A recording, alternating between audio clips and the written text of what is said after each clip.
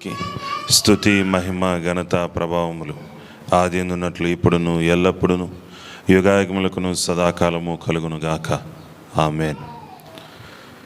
మహాగణుడవు, మహోన్నతుడవు, పరిశుద్ధుడవు, అతి పరిశుద్ధుడవు, సమస్తమునకు సృష్టికి నీ జీవ ప్రదాతవై ఉన్న జీవదాత, మీకు వందనాలు, స్తుతులు, స్తోత్రాలు చెల్లిస్తూ ఉన్నాం. నిరంతరము సమస్తము మీద కూడా అధికారము కలిగి ఉన్నవాడు, సమస్తమును నిర్వహించేవాడు మీరై ఉన్నారు తండ్రి.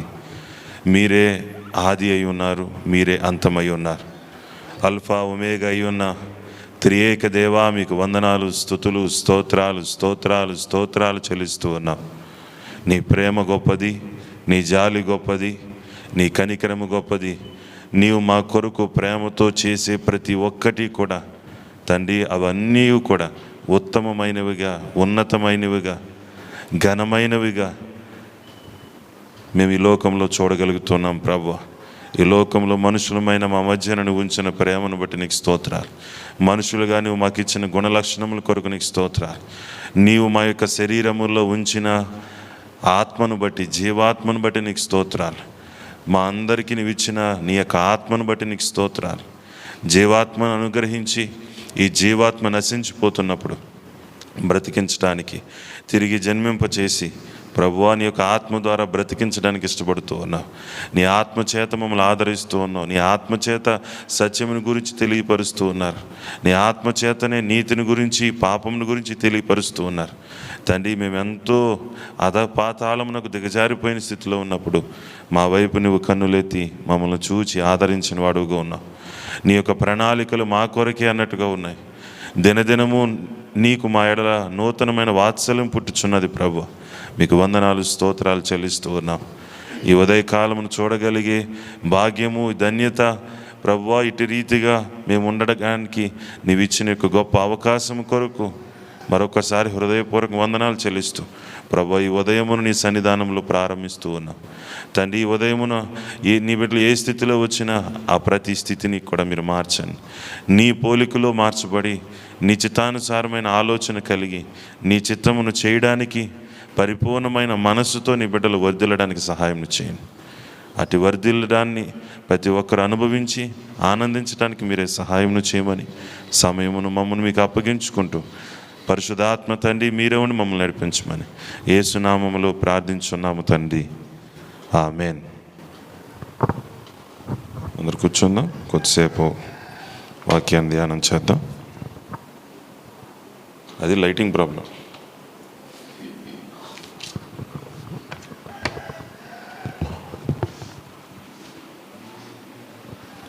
మొదటిగా మనకు వచ్చిన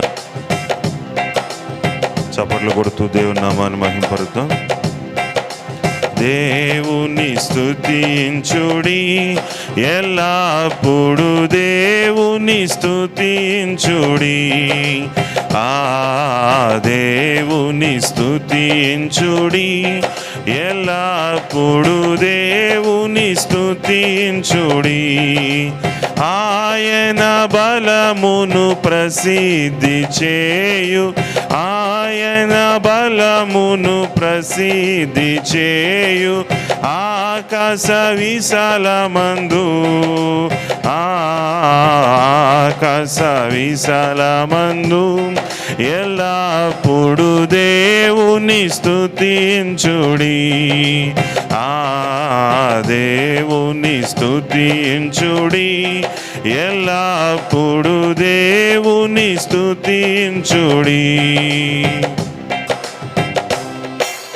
ఆయన పరక్రమ కార్యమున్ బట్టి, ఆయన పరక్రమ కార్యమున్ బట్టి, ఆయన ప్రభావమును, ఆయన ప్రభావమును ఎల్లప్పుడు దేవుని స్తుతించుడి.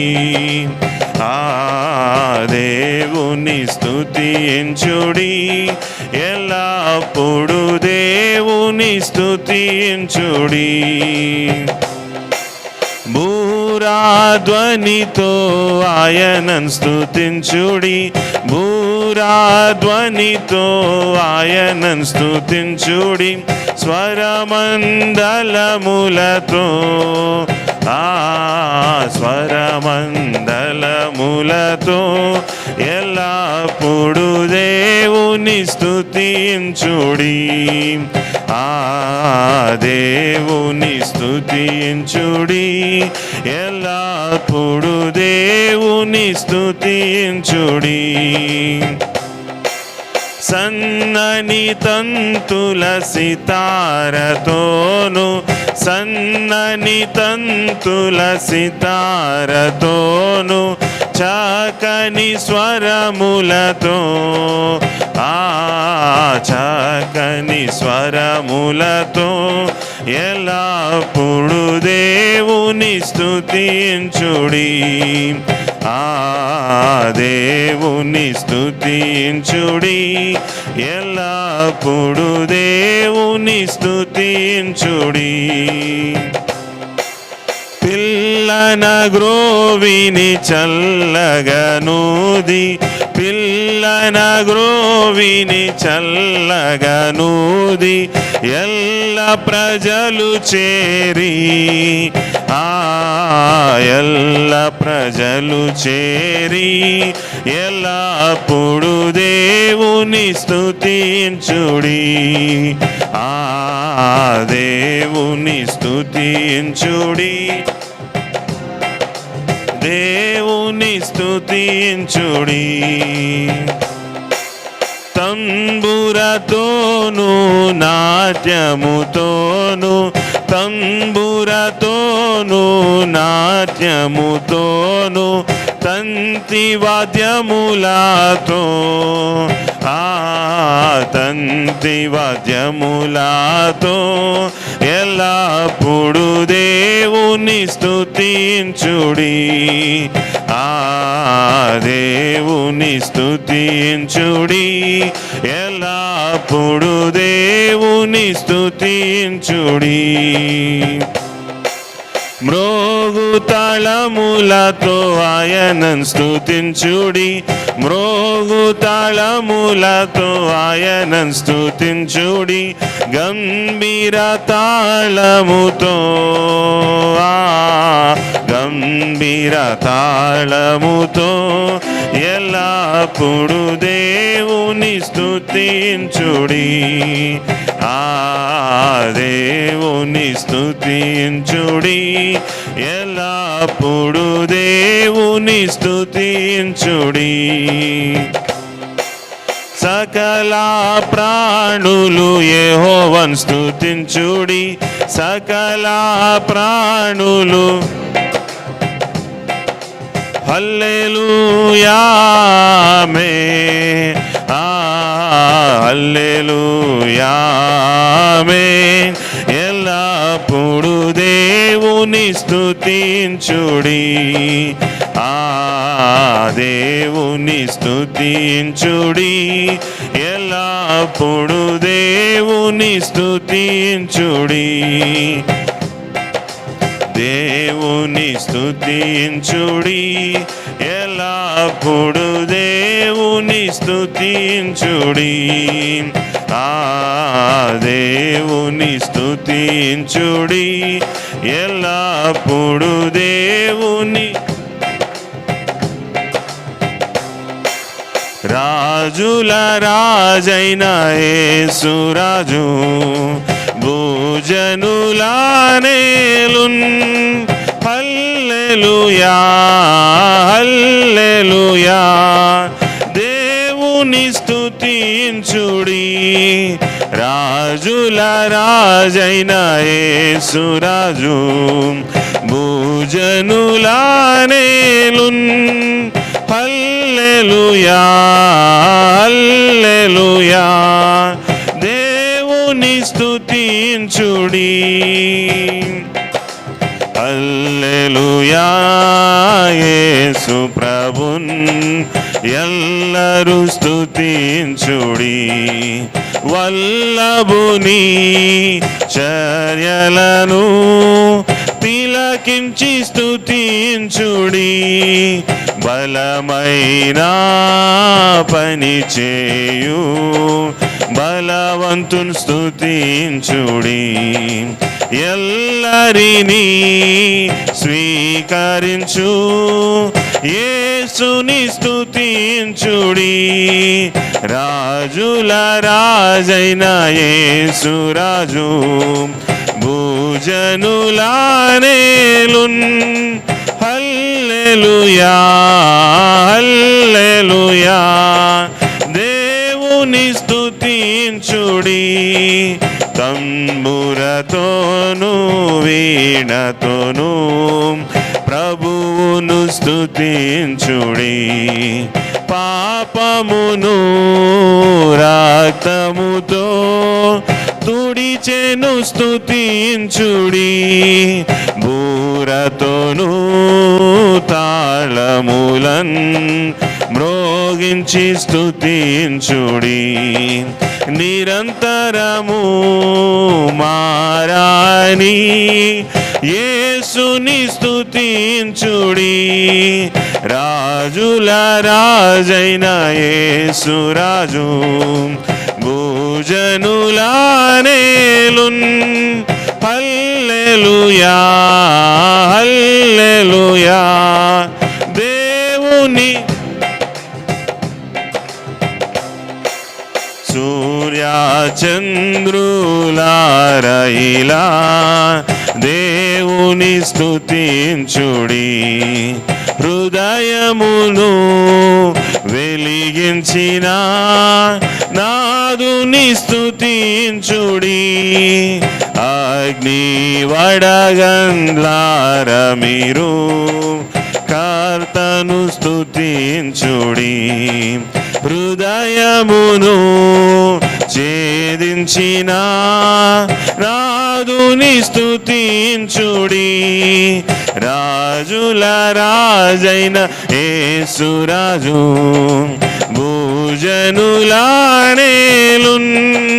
హల్లెలూయా హల్లెలూయా, దేవుని స్తుతించుడి, యువకులరా పిల్లలరా దేవుని స్తుతించుడి, జీవితమున్ ప్రభు పనికై సమర్పించి స్తుతించుడి, పేదలరా ప్రభువులరా యెహోవాను స్తుతించుడి, ఆస్తులను యేసునకై అర్పించి స్తుతించుడి, రాజుల రాజైన యేసు రాజు భూజనులానేలున్. హల్లెలూయా హల్లెలూయా, స్తుతించుడి, రాజుల రాజైన యేసు రాజు భూజనులానేలున్. హల్లెలూయా హల్లెలూయా, దేవుని స్తుతించుడి.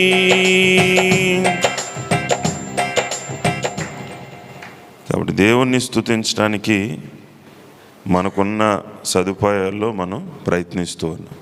అయితే దేవుని స్తుతించడానికి మనం ఎన్ని ఏర్పాట్లు చేసుకొని ప్రభువుని మనం స్తుతించినా సరే మన స్తుతి కన్నా మించిన వాడు ప్రభువై ఉన్నాడు. హల్లెలూయా హల్లెలూయా, ఆయన నిరంతరము స్తోత్రార్హుడు.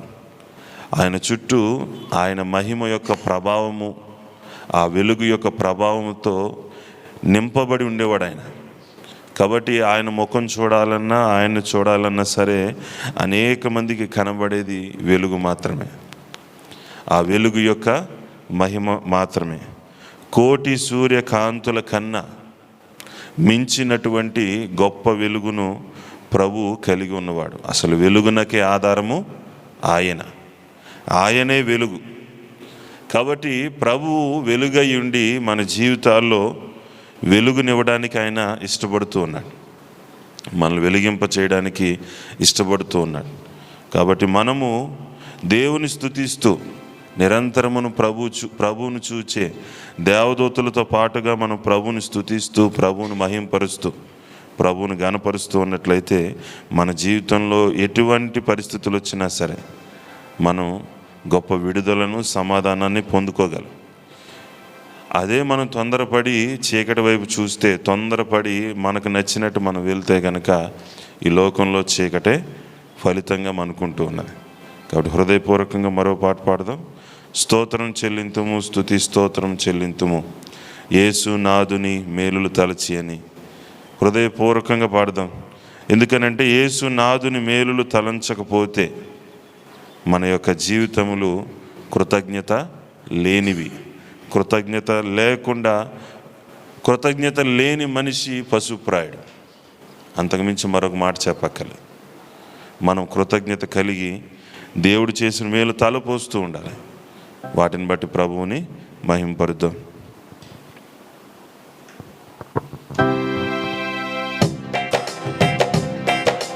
సంతోషంగా చప్పట్లు కొడుతూ పాడదాం.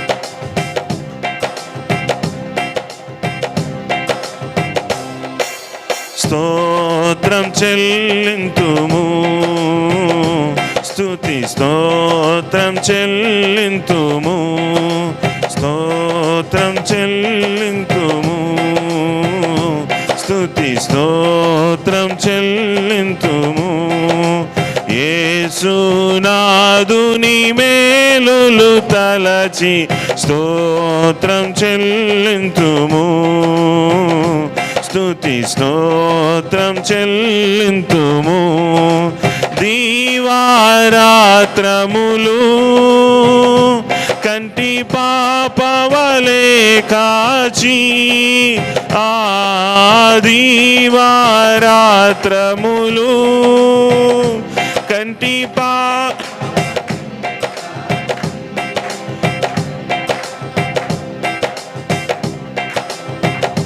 బ్రోచి నడిపించితివి దయగల హస్తముతో, బ్రోచి నడిపించితివి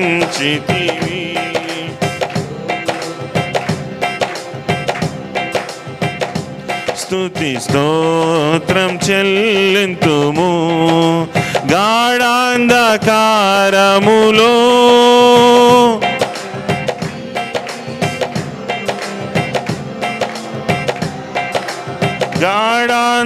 గాఢాంధకారములో కన్నీటిలో ఎలలో కృషించిపోనీయక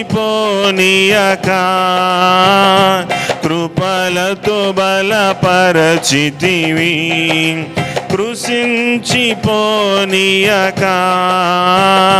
కృపలతో బలపరచితివి, స్తోత్రం చెల్లింతుము, స్తుతి స్తోత్రం చెల్లింతుము, సజీవయాగముగా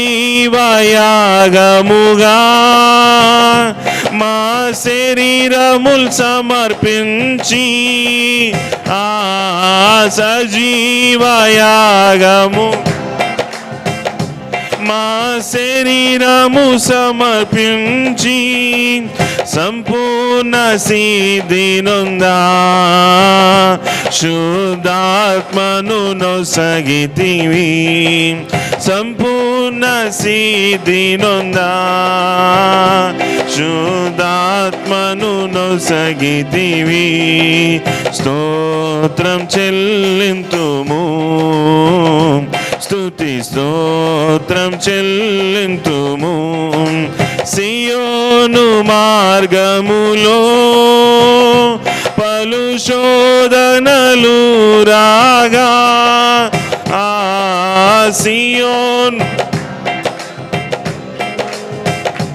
పలు శోధనలు రాగా సాతాన్ని జయించుటకు విశ్వాసమునిచ్చితివి.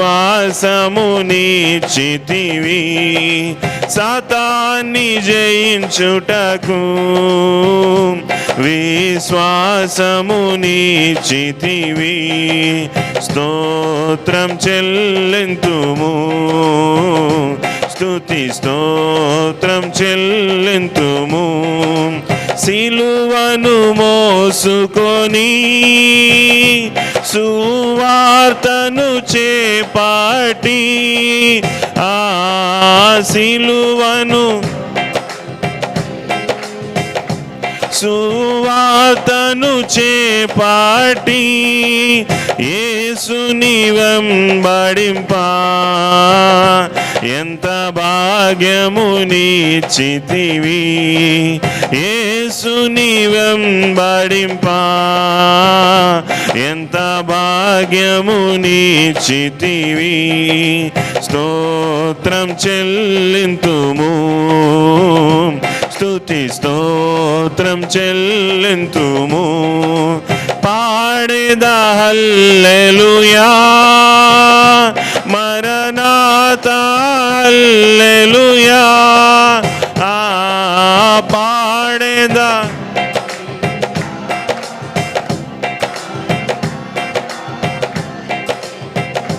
సదా పాడేదా హల్లెలూయా. ప్రభు యేసుకు హల్లెలూయా. సదా పాడేదా హల్లెలూయా. ప్రభు యేసుకు హల్లెలూయా. స్తోత్రం చెల్లింతుము, స్తుతి స్తోత్రం చెల్లింతుము. యేసునాదు మేలులు తలచి స్తోత్రం చెల్లింతుము, స్తుతి స్తోత్రం చెల్లింతుము. హల్లెలూయా, హల్లెలూయా, హల్లెలూయా. అందరూ లేచి నిలబడదాం. హృదయపూర్వకంగా ఈ స్తుతి ఆరాధనని స్తుతి ప్రార్థనతో కలిసి మరొకసారి హృదయపూర్వకంగా ప్రభుని ఆరాధన చేద్దాం. అందరూ కూడా హృదయపూర్వకంగా ప్రభు వైపు చేతులెత్తి, తండ్రి మీకు వందనాలు స్తోత్రాలను చెల్లిద్దాం. ఒకే ఒక మాట, ఈ లోకంలో ఈ రోజును మనం చూడగలిగాము, అది కేవలము ప్రభు ఇచ్చినదే.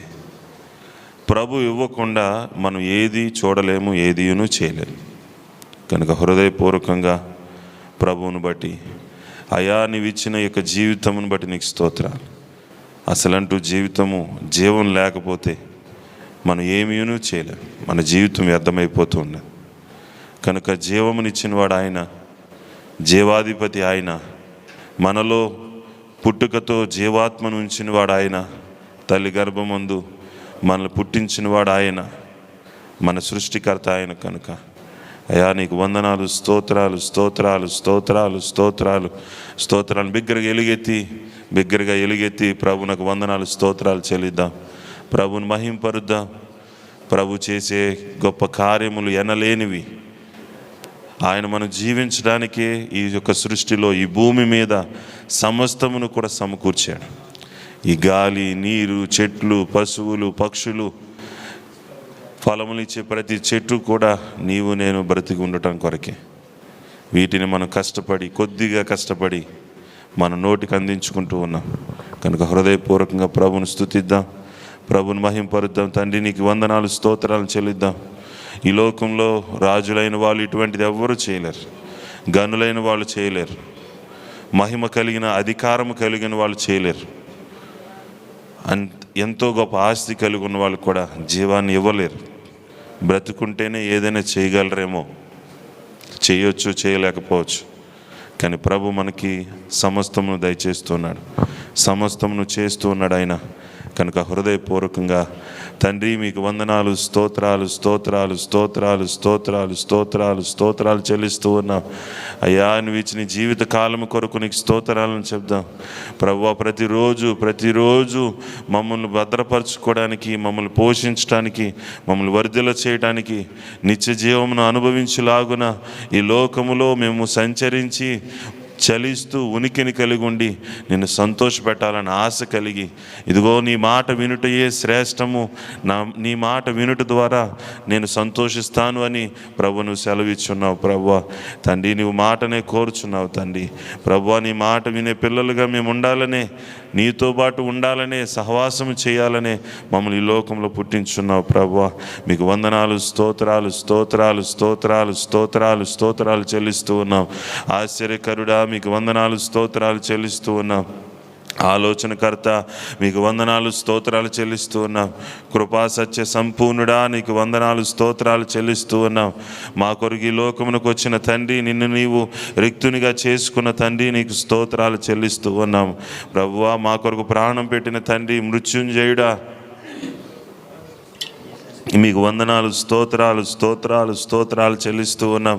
మరణమును గెలిచిన వాడా, మరణపు ముళ్ళును విరిచిన వాడా, మీకు వందనాలు, స్తోత్రాలు చెల్లిస్తూ ఉన్నాం తండ్రి. సమస్త మీద అధికారము కలిగిన తండ్రి, మహాగణుడైన దేవ, ఉన్నత స్థలముల మందు నివాసముండు తండ్రి, నీకు వందనాలు, స్తోత్రాలు స్తోత్రాలు స్తోత్రాలు స్తోత్రాలు స్తోత్రాలు స్తోత్రాలు చెల్లిస్తూ ఉన్నాం. కృపతో మమ్మల్ని రక్షించు వాడవైన తండ్రి, నీకు వందనాలు, స్తోత్రాలు స్తోత్రాలు స్తోత్రాలు స్తోత్రాలు చెల్లిస్తూ ఉన్నాం. మాకు ఆలోచనకర్తమైన ప్రభువా, నీకు వందనాలు, స్తోత్రాలు చెల్లిస్తూ ఉన్నాం. దగ్గరగా ఇంకా ఎలిగితే దేవునికి స్తుతి ప్రార్థన చేద్దాం, ప్రభువుని మహింపరుద్దాం. తండ్రి, నీకు వందనాలు చెల్లిస్తూ ఉన్నాం. బలమైన దేవుడవు, నిత్యుడవగు తండ్రివి, ఆలోచనకర్తవు, ఆశ్చర్యకరుడవు తండ్రి, సమాధానకర్తవు, సమాధానమునకు సమస్తమునకు అధిపతివైన వాడవు. నీవు మాకు తండ్రిగా ఉండి ప్రభువా, నీవు మాలో ఉండి మమ్మల్ని నడిపిస్తూ, మమ్మల్ని పోషిస్తూ, మా మధ్యన నివాసము చేయించు మా యొద్ద ఉంటున్నందుకు తండ్రి, ఈ లోకంలో ప్రభువా మేము తృణీకరించబడిన వాళ్ళమై ఉన్నప్పటికీ, వెలివేయబడిన వాళ్ళమైనప్పటికీ, ఈ లోకంలో ప్రభువా దిగజారిన వాళ్ళమై ఉన్నామేమో, కానీ ప్రభువా నీవైతే గనులుగా చేయుచున్నావు, గొప్ప రాజులైన యాజక సమూహముగా చేయుచున్నావు ప్రభువా. ఈ లోకము చూడలేని పరిశుద్ధతను ప్రత్యేకముగా దయచేయుచున్న తండ్రి, నీకు వందనాలు, స్తోత్రాలు స్తోత్రాలు స్తోత్రాలు స్తోత్రాలు చెల్లిస్తూ ఉన్నాం ప్రభువా. స్తోత్రాలు స్తోత్రాలు చెల్లిస్తూ ఉన్నాం ప్రభువా. నేను కీర్తించి కొనియాడి మహింపరచడానికి మాకు సహాయం చేయని తండ్రి, సహాయం చేయని తండ్రి. అందరం కలిసి హృదయపూర్వకంగా ఈ పాటను పాడదాం. కీర్తించి కొనియాడి ఘనపరుతున్నాను పాట పాడదాం.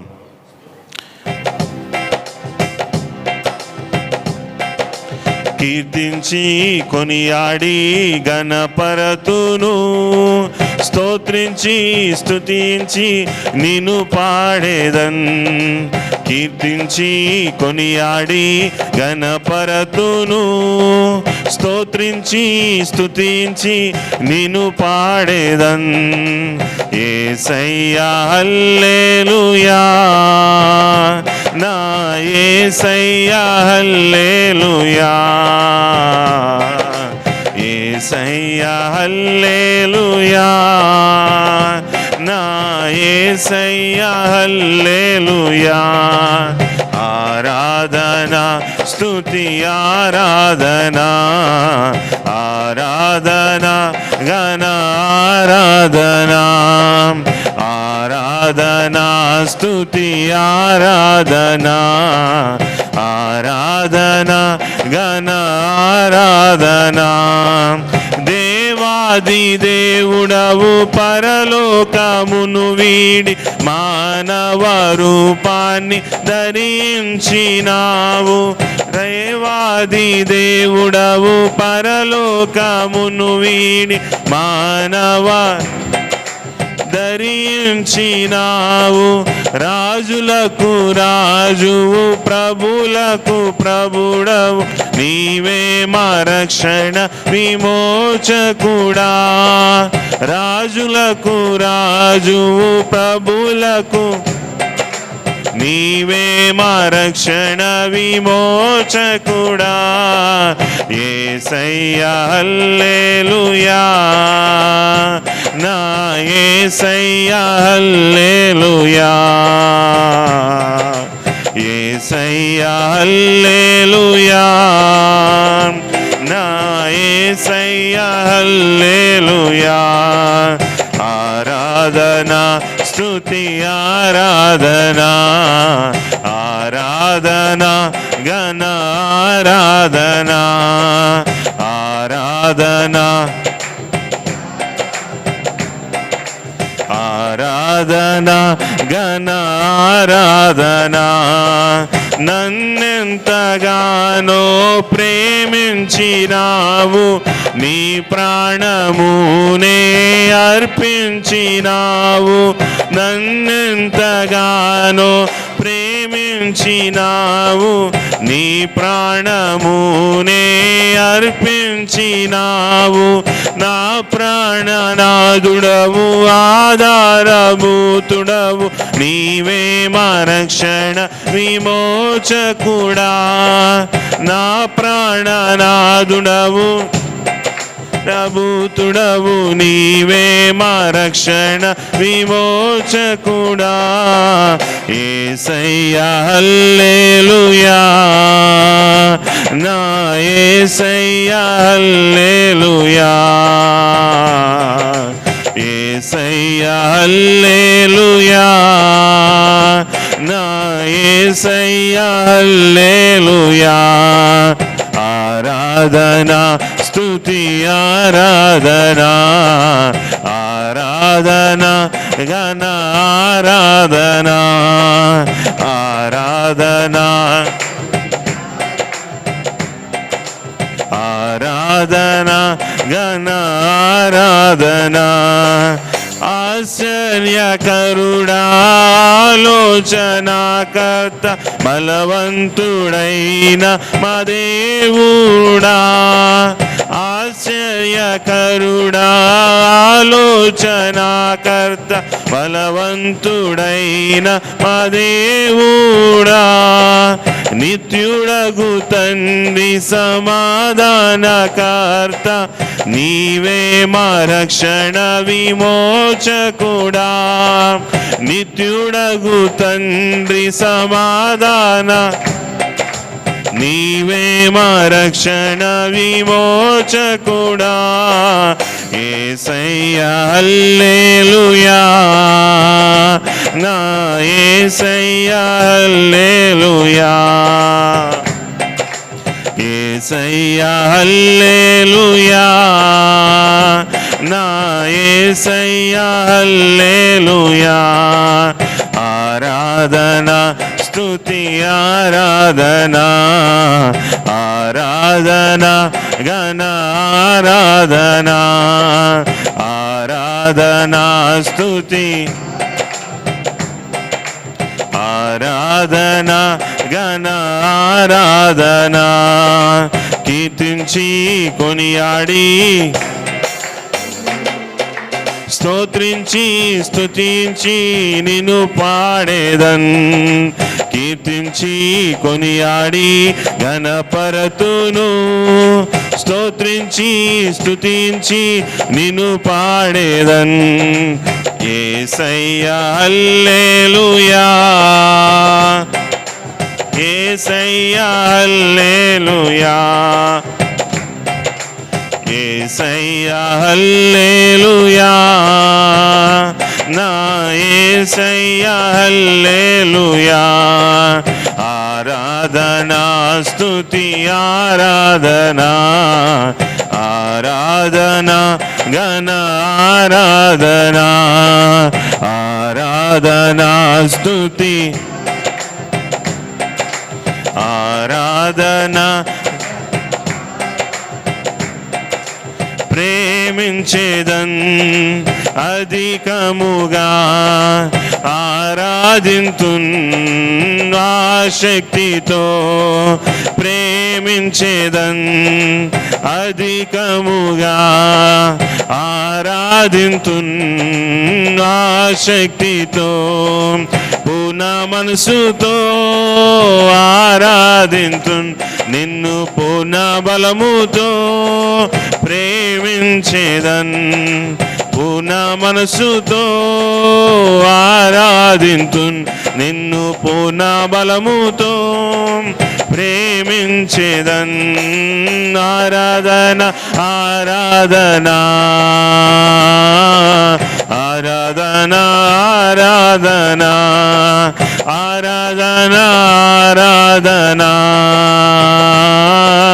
ఆరాధన ఆరాధన.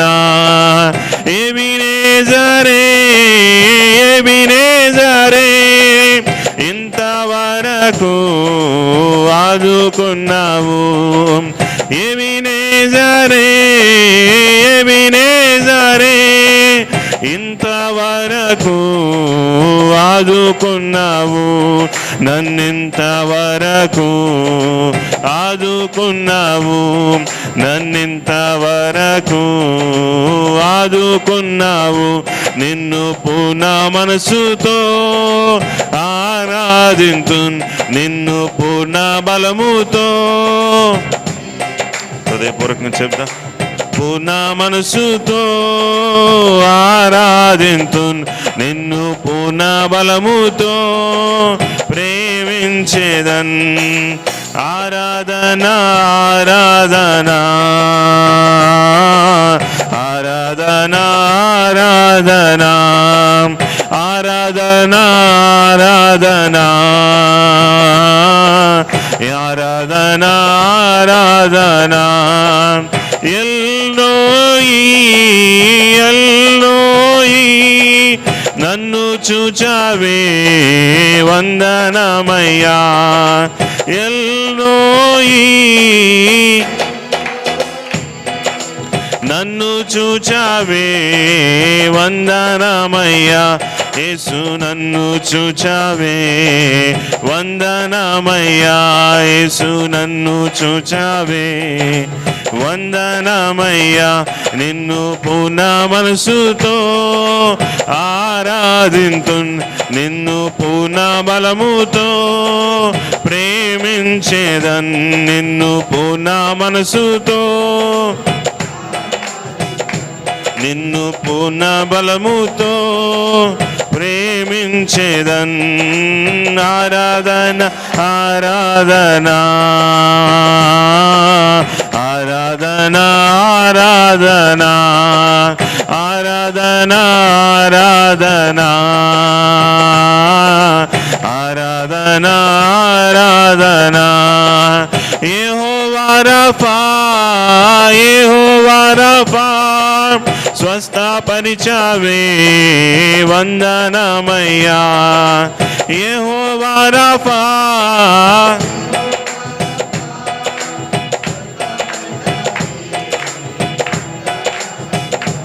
నన్ను స్వస్థపరిచావే వందనమయ్యా. నన్ను స్వస్థపరిచావే వందనమయ్యా. నిన్ను పూర్ణ మనసుతో ఆరాధింతున్ నిన్ను పూర్ణ బలముతో ప్రేమించేదన్. నిన్ను పూర్ణ మనసుతో ఆరాధింతున్ నిన్ను పూర్ణ బలముతో ప్రేమించేదన్. ఆరాధన ఆరాధన ఆరాధన ఆరాధన ఆరాధన ఆరాధన ఆరాధన ఆరాధన ఆరాధన ఆరాధన ఆరాధన ఆరాధన ఆరాధన ఆరాధన ఆరాధన ఆరాధన. బిగ్గరగా దేవునికి స్తోత్రాలు చెప్తూ, అయ్యా నీకు వందనాలు, స్తోత్రాలు స్తోత్రాలు చెల్లిస్తూ ఉన్నాం. ప్రభువా, నీవు మమ్మల్ని ప్రేమించి ఇంతగా మమ్మల్ని ఆదరించి బలపరుస్తూ ఉన్నావు, భద్రపరుస్తూ ఉన్నావు. ప్రభువా, నీకు వందనాలు, స్తోత్రాలు స్తోత్రాలు స్తోత్రాలు.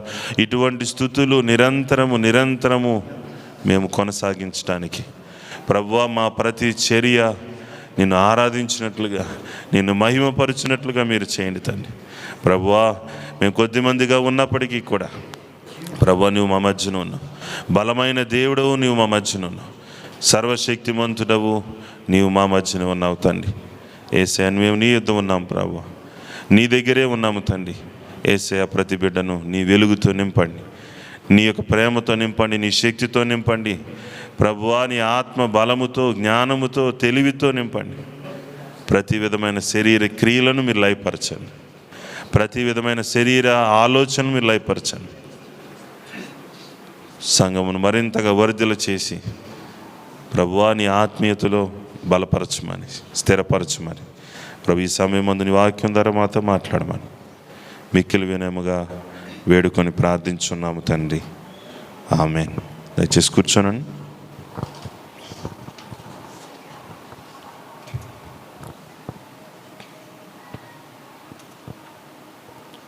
కూర్చున్నట్లయితే మనం వాక్యం చదువుకుందాం.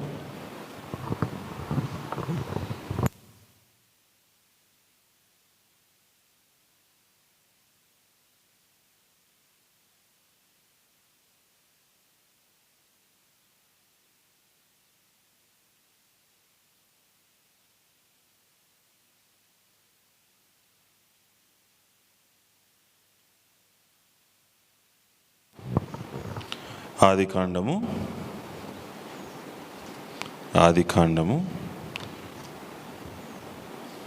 17వ అధ్యాయము అంతా కూడా చదువుకుందాం.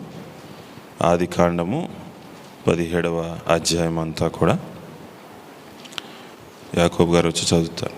17వ అధ్యాయం అంతా కూడా చదువు.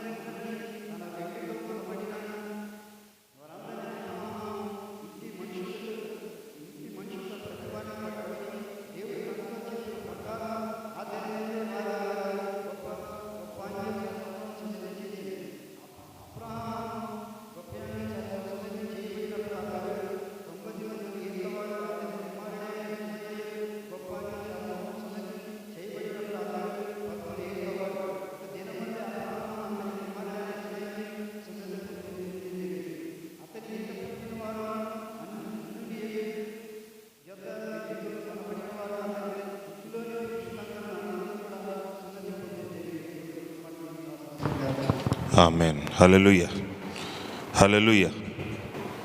మన ప్రభువును రక్షకుడిని యేసుక్రీస్తు వలన మనందరికీ కృపయు సమాధానమును కలుగునుగాక.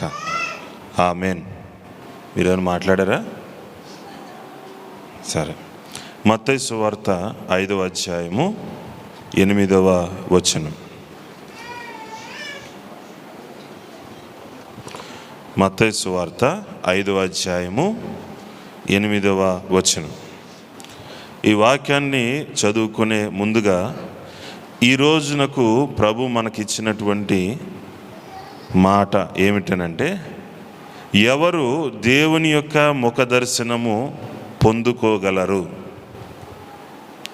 ఎవరు దేవుని యొక్క ముఖ దర్శనమును పొందుకోగలరు, లేదు చూడగలరు? అయితే ప్రభువు అదృశ్యుడై ఉన్నాడు. అదృశ్యుడైన దేవుడిని ఎక్కడ చూడగలము? ఏ విధంగా చూడగలము? ప్రభు ఏమైనా మరలా వచ్చి కనబడతారా అని అంటే, కనబడినా కనబడకపోయినా సరే, ప్రారంభం నుంచి కూడా సృష్టి ప్రారంభం నుంచి మొదలుకొని మన జాగ్రత్తగా గమనించినట్లయితే, ప్రభువుని చూచేటటువంటి పరిస్థితి మనకున్నట్లయితే, ప్రభువుని మనము చూచే పరిస్థితిని, ప్రభు యొక్క ముఖ దర్శనమును పొందుకునే స్థితి గనక మనకున్నది అని అంటే గనక ఆ జీవితం చాలా ధన్యకరం అని వాక్యం సెలవిస్తాం. వాక్యము సెలవిస్తాం. కాబట్టి దేవుని యొక్క ముఖ దర్శనము మనకు ఉండాలి. ఎవరి దర్శనం ఉండాలి మనకి అంటే, ఎవరిని మనం ఫేస్ చేయాలి? దేవుణ్ణి మనం ఫేస్ చేయాలి. మన ఫేస్ ఆయన్ని ఫేస్ చేసి, మన ముఖము ఆయన ముఖమును చూచి, ఆ ముఖము చేత మనము మన యొక్క స్థితిని వర్ధిల్ల చేసుకోవాలి. హల్లెలూయా, హల్లెలూయా. అనేక మంది అనేకమైన వారు అభిమానించే వాళ్ళని, ప్రేమించే వాళ్ళని, లేకపోతే వారిని పరిపాలించే వాళ్ళని చూడడానికి, దర్శించడానికి చాలా చాలా ఇష్టపడుతూ ఉంటారు. చాలా ఇష్టపడి ప్రయాసపడి ముందుకు వెళుతూ ఉంటారు. కనీసం జీవితంలో ఒక్కసారైనా వెళ్ళి కలవాలి, జీవితంలో ఒక్కసారైనా సరే వెళ్ళి చూడాలి. అయితే అక్కడికి వెళ్ళినప్పుడు పరిస్థితి ఎలా ఉంటుందని అంటే, వీళ్ళు ఊహించుకున్నప్పుడు చాలా గొప్పగా ఉంటుంది, అక్కడికి వెళ్ళిన తర్వాత పరిస్థితులు వేరేగా ఉంటాయి. చాలాసార్లు చాలా ప్రత్యేకత ఉంటుంది, అక్కడ చాలా బాగుంటుంది, ఇక్కడ చాలా బాగుంటుందని వెళ్ళి చూసినప్పుడు అక్కడ మామూలుగానే ఉండేది. కానీ అక్కడ ఉన్న ఆ ప్రాంతానికో, లేకపోతే ఆ ప్రదేశానికో, ఆ వ్యక్తులకు ఉండే పేరుని బట్టి, ఓహో పేరుని బట్టి మనం చాలా ఊహించుకున్నాం, కానీ మామూలుగానే ఉంది అన్నట్లుగా. అయితే ఈ రోజున ప్రభువు దేవుని యందు విశ్వాసం ఉంచిన మనందరితో చెప్తున్న మాట ఏమిటనంటే, మనకి వేస్తున్న ప్రశ్న ఏమిటనంటే, ఎవరు దేవుని యొక్క ముఖ దర్శనమును పొందుకొనగలరు? నేను పొందుకోగలరని రాసుకున్నాను, చూడగలరు అని రాయలే. చూడగలగటం అని అంటే ప్రతి ఒక్కరు చూసేమన్నట్టుగానే చెప్తారు, యేసు ప్రభు మాకు తెలుసు అన్నట్టుగానే చెప్తారు. కానీ ఆ అనుభవాన్ని పొందుకుని కలిగి ఉన్నవాళ్ళు, ఇప్పుడు పొందుకున్నది ఎవరైనా సరే, ఇప్పుడు భార్యాభర్తలు బిడ్డలను పొందుకుంటారు. ఎవరైనా తీసేయగలరా? ఎవరైనా కాదనగలరా? కాదనలేరు. కలిగి ఉండాలి. కలిగి ఉన్నది ఏదైనా సరే ఎదుగుచూ ఉన్నప్పుడు, రోజులు గడిచే కొలది ఆ అనుభవము, ఆ సహవాసము మనల్ని మరింత సంతోషానికి గురి చేస్తాయి. అంతే. అలా కాకుండా మనం ఏదో మందిరానికి వచ్చాము, 2 పాటలు పాడారు, 2 పాటలు నిలబెట్టి పాడిచ్చారు, ప్రార్థన చేసుకున్నాము, ఏదో మాటలు చెప్పారు, ప్రసంగం బాగుంది బాగోలేదు అని ఇలాంటివి చేసుకున్నాం అనుకోండి, పెద్ద ఉపయోగం ఏమీ లేదు. కాసేపు టైం పాస్ అవుతుంది, కాసేపు ఎంటర్టైన్మెంట్ లాగా ఉంటుంది. కానీ ప్రభు అంటున్నాడు, నా యొక్క దర్శనాన్ని మీరు పొందుకోండి. నేను ఎలా ఉన్నానో, ఏ విధంగా ఉన్నానో దానిని మీరు కలిగి ఉండండి. నన్ను చూచినట్లుగా మీరు కలిగి ఉండండి. నన్ను చూచినట్లుగా మీ లోపల ముద్రను కలిగి ఉండి, ఆ ముద్ర చేత, ఆ ఇమేజ్ చేత మీరు నా పిల్లలుగా జీవించండి అంటూ ఉన్నాడు. ఒక చిన్న మాటను చూద్దాం. మొదటికి ఈ మాటను చదివిన తర్వాత రోమిలకు రాసిన పత్రికలోని విషయాన్ని చూద్దాం. 5వ అధ్యాయం 8వ వచనంలో ఏముంది ఇక్కడ? హృదయ శుద్ధి గలవారు ధన్యులు. చెప్పండి, హృదయ శుద్ధి. హృదయ శుద్ధి, హృదయ శుద్ధి ఉండాలంట. శరీరానికి శుద్ధి గురించి మాట్లాడాల, శరీరానికి ఉండే శుద్ధి గురించి మాట్లాడాల, ఆత్మకు శుద్ధి గురించి మాట్లాడాల.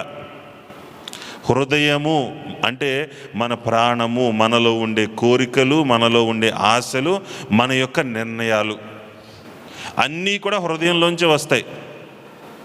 కాబట్టి ఏముండాలి? హృదయ శుద్ధి మనలో ఉండాలి. ఎందుకనంటే మనందరము యేసుప్రభు నమ్మిన వాళ్ళము, యేసుప్రభు దగ్గర మన తప్పులు ఒప్పుకున్న వాళ్ళము, యేసుప్రభుని నమ్మి ప్రభువా నీ పిల్లగా జీవిస్తామని ప్రార్థన చేసిన వాళ్ళమే. ఖచ్చితంగా మనల్ని ప్రభు కడిగే ఉన్నాడు. హల్లెలూయా, హల్లెలూయా. అయితే ఇప్పుడు కావలసింది ఏంటంటే హృదయ శుద్ధి కావాలంటున్నాడు. హృదయంలో నుంచి అన్నీ పుడతాయి. ఆలోచనలు అందుట్లోంచే, కోరికలు అందుట్లో నుంచే, నిర్ణయాలు అందుట్లో నుంచే, చర్యలకి కావలసినటువంటి ప్రేరేపణ అందుట్లో నుంచే, అన్నీ కూడా హృదయంలో నుంచే. కాబట్టి మనిషి బ్రతుకుతూ ఉన్నప్పుడు మనిషికి కావాల్సింది ఏమిటనంటే హృదయ శుద్ధి అంటున్నాడు. ప్రభు ఈ లోకంలో హృదయ శుద్ధి కలిగి జీవించాడని. అందుకనే కనీసం ఏ చిన్నపాటిదైనా సరే తప్పుని ఆయన మీద ఎవరు మోపలేకపోయారు. ఒకవేళ మోపిన సందర్భం వచ్చినప్పుడు అవన్నీ కూడా వీగిపోయినాయి, తేలిపోయినాయి. అవన్నీ కూడా ఒట్టి ప్రేరేపణలే, ఒట్టి మోసపు మాటలని చెప్పారు. ఆయన మీద ఏ నేరారోపణ చేయలేకపోయారు. ఈ రోజున మన యొక్క హృదయ స్థితి ఏ రీతిగా ఉంది? మన హృదయ స్థితి శుద్ధి చేయబడి ఉన్న స్థితిలో, పరిశుద్ధపరచబడిన స్థితిలో ఉంటుందా? లేకపోతే ఎప్పట్లాగానే ఉండి కొద్దిగా ప్రార్థన చేసుకుంటున్నాం, కొద్దిగా దేవుని స్తుతిస్తున్నాం, కొద్దిగా దేవుని మాట వింటున్నాం, కొద్దిగా అన్నట్టుందా? ఇప్పుడు మనం అందరం స్నానం చేసే వచ్చాం కదా, దేవునికి స్తోత్రం. నీళ్ళు ఉన్నాయి మనకి, కొన్ని ప్రాంతాల్లో నీళ్లు లేవు. ఏముండవు, నీళ్ళుండవు. వాళ్ళు ఒళ్ళుని తుడుచుకుంటారంట, ఒళ్ళుని తడిగొడుతూ తుడుచుకుంటారంట. అలా మనకి జ్వరం వచ్చినప్పుడు తుడిచారనుకోండి, ఎప్పుడు జ్వరం తగ్గుతుందా, ఎప్పుడు రోగం తగ్గుతుందా, ఎప్పుడు స్నానం చేద్దామని ఉంటుంది. త్వరగా విడుదల పొందాలి. ఎందుకంటే రోజు రోజుకి ఏమవుతుంది, బయట మురికి మన మీద పడకపోయినా మన శరీరంలోంచి మురికి బయటకు వస్తూ ఉంటుంది. అది మనల్ని ఏం చేస్తుంది? ఎప్పటికప్పుడు పలు రకాలైన బ్యాక్టీరియాలతో, వైరస్లతో నింపేస్తుంది. అందుకనే ఒకసారి ఎక్కడో చదివాను, ఏమనంటే బాగా శుభ్రంగా స్నానం చేసినటువంటి వ్యక్తి శరీరం మీద దాదాపుగా 30,000 బ్యాక్టీరియాలు ఎన్నో ఉంటాయంట. మరి ఏ సబ్బు వాడినా సరే అదే పరిస్థితి అంట. కాస్ట్లీ సబ్బు, మెరిచిపోతున్నాం, ఇవన్నీ పై రూపానికి. ఎందుకనంటే మన శరీరం ఎప్పటికప్పుడు చెడును బయటకు తోస్తూనే ఉంటుంది, చెడుని బయటికి తోస్తూనే ఉంటుంది. మన మనస్సాక్షి చెప్తుంది నువ్వు తప్పు చేస్తున్నావు, ఇలా చేయొద్దు చేయొద్దు చేయొద్దు అని బయటికి తోస్తూనే ఉంటుంది. కాబట్టి ఎప్పటికప్పుడు మనం ఏం చేసుకోవాలని అంటే మన హృదయాన్ని శుద్ధి చేసుకున్న వాళ్ళుగా ఉండాలి. మనం ఎప్పుడూ కూడా వాక్యముతో, దేవుని వాక్యం అనే అగ్నితోటి మంట పెట్టబడి ఉండి మన హృదయంలో కొత్తగా పుట్టేటటువంటి పలు రకాలైనటువంటి మస్టుని, మలినాన్ని పైకి తేలగొట్టినప్పుడు దాన్ని బయటికి తోసేస్తూ ఉండాలి. అందుకని ప్రభు చెప్తున్నాడు హృదయ శుద్ధి. హృదయ శుద్ధి కలిగిన వాడు దీవించబడతాడు.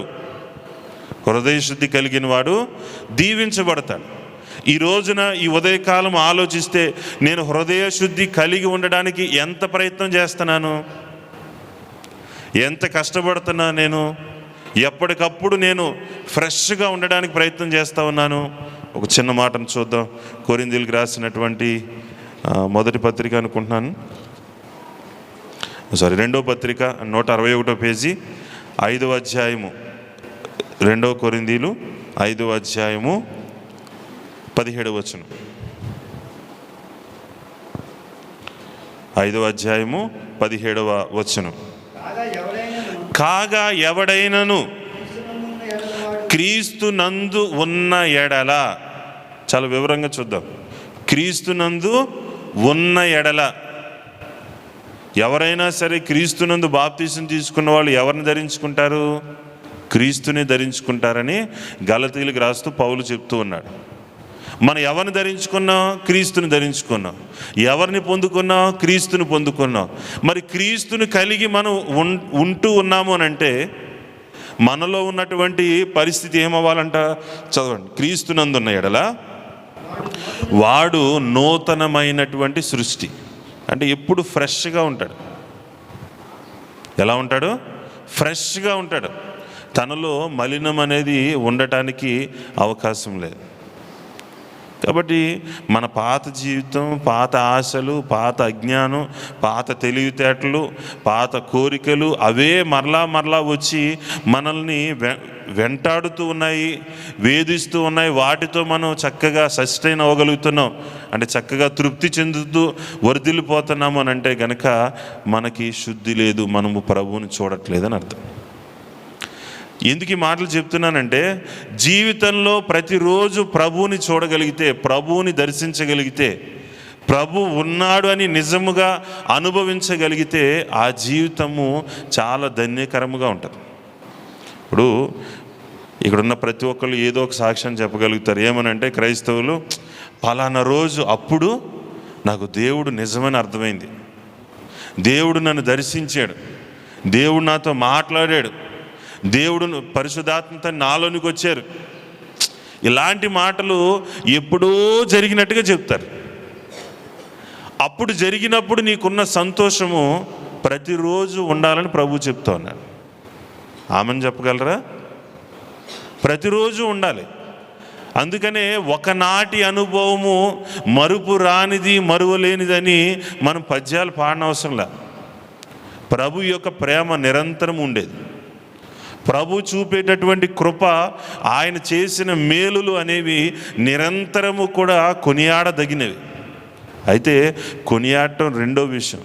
మొదట ప్రభు చెప్తున్నాడు అటువంటివి మరలా తలంచుతూ ఉండండి, మరలా వాటిని గురించి ఆలోచించుకుంటూ ఉండండి. అంతేగాని వ్యర్థముగా సమయాన్ని వృధా చేసుకోవద్దు. ఒక చిన్న సందర్భాన్ని చూద్దాం. కాబట్టి ఎవడైనాను క్రీస్తునందున్న ఎడల వాడు ఏంటంట? నూతన సృష్టి, పాతవి గతించెను, ఇదిగో క్రొత్తవాయెను. హల్లెలూయా, హల్లెలూయా, హల్లెలూయా కన్నా ఆమెను చెప్పగలగాలి. మన సమర్పణ ఉండాలి. మన సమస్య ఎప్పటికప్పుడు కొత్తగా మార్చబడాలి. ఒకరోజు జరిగిన తప్పు ఒకరోజే జరగాలి, రెండోసారి జరగనివ్వకూడదు. ఒకసారి మనం మోసం ఎదుర్కొన్నాం, మరలా ఎదుర్కొనేలాగా ఉండకూడదు. ఒకసారి అనాలోచితంగా మాట్లాడాం, రెండోసారి అది ఎదురవ్వకూడదు. కానీ పదే అదే ఎదురవుతుంది అని అంటే మనం శుద్ధి చేయబట్టలేదని అర్థం. మన హృదయానికి శుద్ధి లేదు, మనకు నచ్చినట్టుగా మనం ఉండడానికి ప్రయత్నం చేస్తాం. కాబట్టి హృదయము నిండి ఉన్న దానిని బట్టి నోరేం చేస్తుంది? మాట్లాడుతుంది. నోరు ఎలాంటిది? నాలుక ఎలాంటిది? జస్ట్ ఆడించేటటువంటి బొమ్మ లాంటిది. అన్నీ కూడా హృదయంలో నుంచే వస్తాయి. అందుకనే కోపంగా ఉన్నా సరే కోపంలో ఒక్కొక్కసారి మనం ఏమవుతామంటే సెన్స్ కోల్పోతాం, అంటే కంట్రోల్ కోల్పోతాం. ఏ మాటలు వస్తాయో తెలియదు, కానీ వచ్చే మాటలన్నీ మనయే, పక్కన వాళ్ళవి కాదు, మనయే. ఎందుకంటే అవి లోపల ఉంటాయి. అందుకనే చెడు మాటలు, హత్యను మాట వినకుండా చెవులు మూసుకోమనుంది. మూసుకుంటే ఏమవుతుందంటే అవి లోపల పడవు.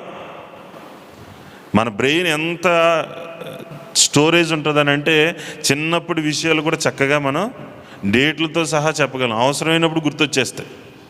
ఇప్పుడు ఎప్పుడో బూతులు నేర్చుకున్నాయి, ఎప్పుడోకప్పుడు అలా బయటకు వచ్చేస్తూ ఉంటాయి, అద్భుతమైనటువంటి ప్రవచనాల్లాగా వచ్చేస్తూ ఉంటాయి. చెడు మనలో ఉన్నప్పుడు అది ప్రమాదకరమైనది. అందుకనే మన హృదయం ఎటువంటిది? మోసకరమైనది. ఏదో ఒక సమయంలో నువ్వు పేలుపేలా చేస్తాయి. కాబట్టి ప్రభు చెప్తున్నాడు, ఎప్పటికప్పుడు నీలో ఉన్న మస్టుని తీసేసుకో. దేవునికి దగ్గరే, దేవునికి సమీపమయ్యి ఒక్కొక్కటిగా విడిచిపెట్టేసి అంటున్నాడు.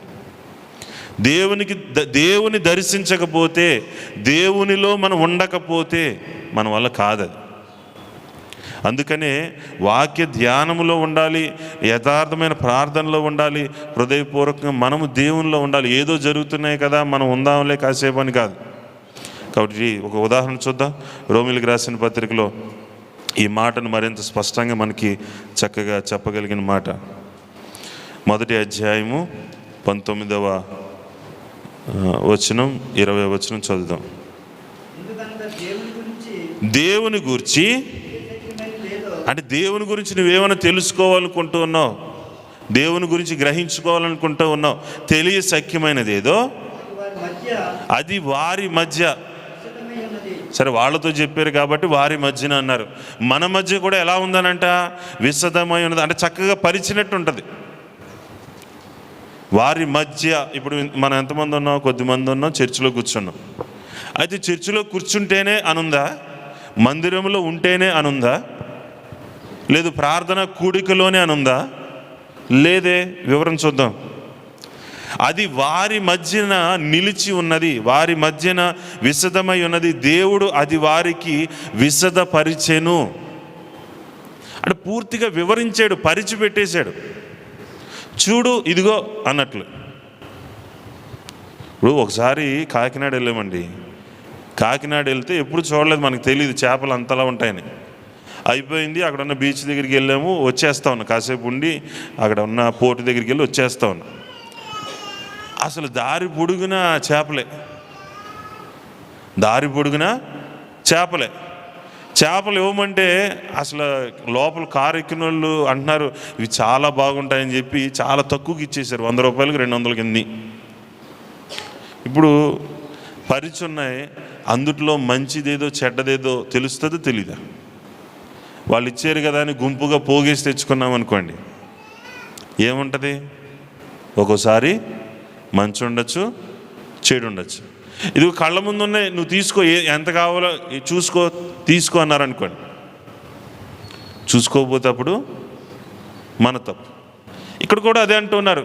కళ్ళ ముందు అన్నీ కూడా పరిచినట్టు ఉన్నాయి, విశదపరుచున్నాయి, ఏది కూడా మర్మాల్లాగా లేవు, రెడీగానే ఉన్నాయి. కానీ ఏం పెట్టాలి? మనసు పెట్టాలి, మనసు పెట్టాలి. తర్వాత మాట చదువుతాం, కొంచెం వివరంగా ఉంటుంది.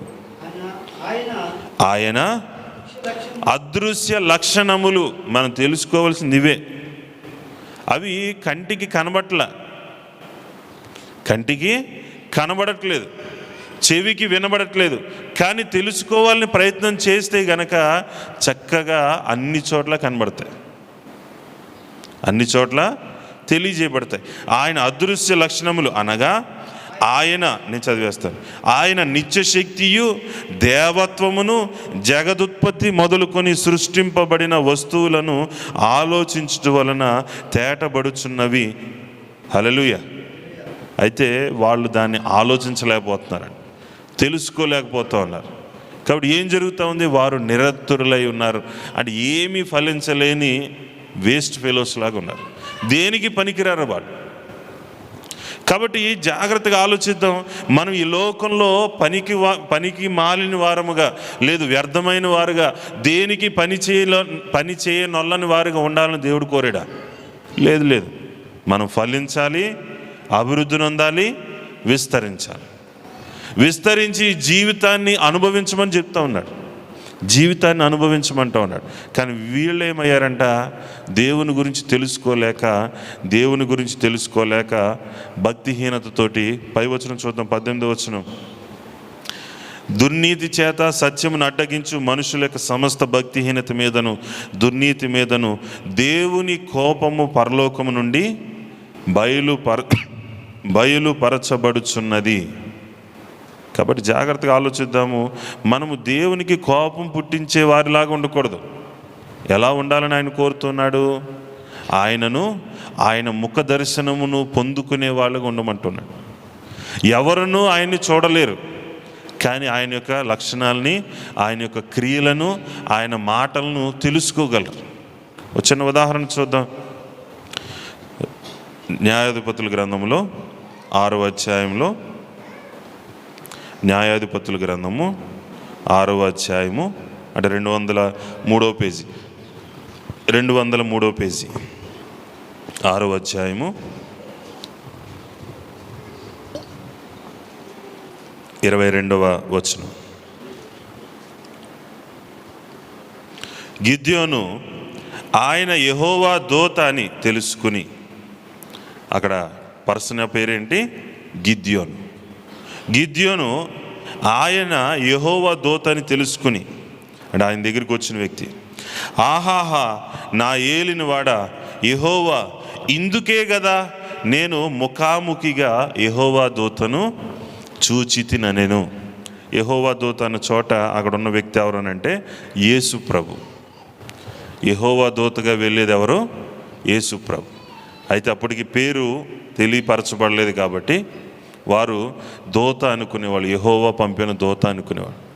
కానీ బైబిల్లో యెహోవా దూత అన్న చోట యేసు ప్రభువే వెళ్ళినట్టుగా చెబుతారు. కాబట్టి జాగ్రత్తగా ఆలోచిస్తే ఇక్కడ అంటున్నాడు, ఆహాహా నా ఏలినవాడా యెహోవా, ఇందుకే కదా నేను ముఖాముఖిగా యెహోవా దూతను చూచితిన. నేను ఎవరిని చూచాడంట? యెహోవా దూతను చూచాడంట. అప్పుడు ఏం జరిగిందో చూద్దాం. అప్పుడు దేవుడు ఏమంటూ ఉన్నారు? నీకు సమాధానము. ఎవరైనా ఈ మాట మనతో చెప్తే ఎంత బాగుంటుంది. ఇప్పుడు ఆల్ ది బెస్ట్ అని చెప్పారనుకోండి, ఎలా ఉంటుంది నతనీలు? చాలా బాగుంటుంది.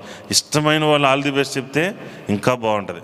ఎగ్జామ్ సరిగ్గా రాసినా రాయకపోయినా, అట్టర్ ఫ్లాప్ అయిపోయినా సరే, పేపర్ చింపలేకపోయినా, అంటే పేపర్ చింపలేకపోయామంటే బాగా రాయలేకపోయామని. ఇష్టమైన వాళ్ళు చెప్తే చాలా బాగుంటుంది. ఇక్కడ దేవుడు అతన్ని దర్శించి, గిద్యోనుని దర్శించి, సరే ఎవరిని పంపారు?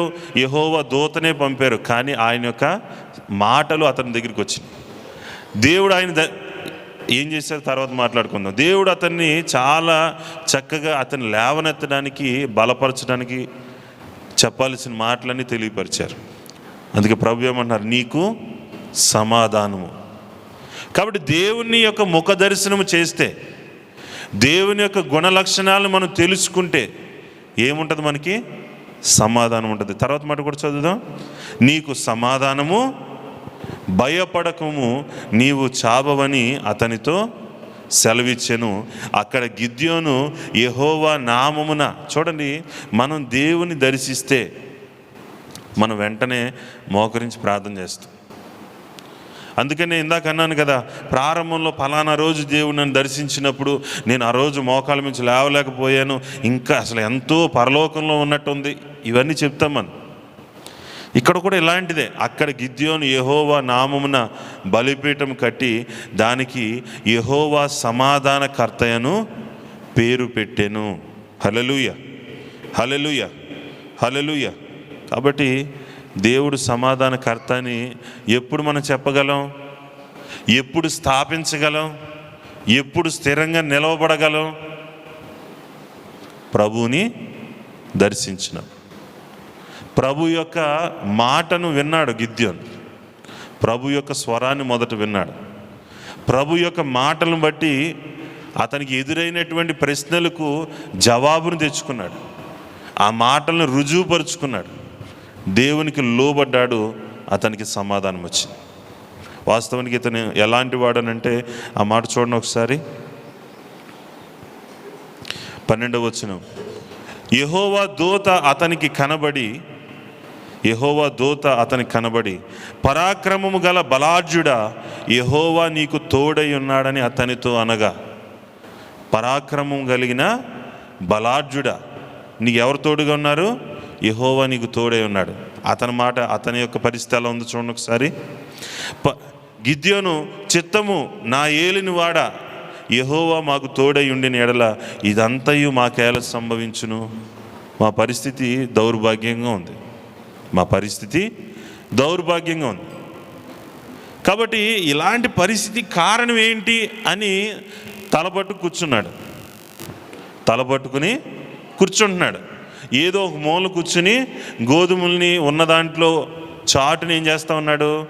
కావలసిన భోజనాన్ని సమకూర్చుకుంటున్నాడు. అంటే ఉన్న దాంట్లో బతుకుతున్నాడు, ఉన్న దాంట్లో భయంతో బతుకుతున్నాడు.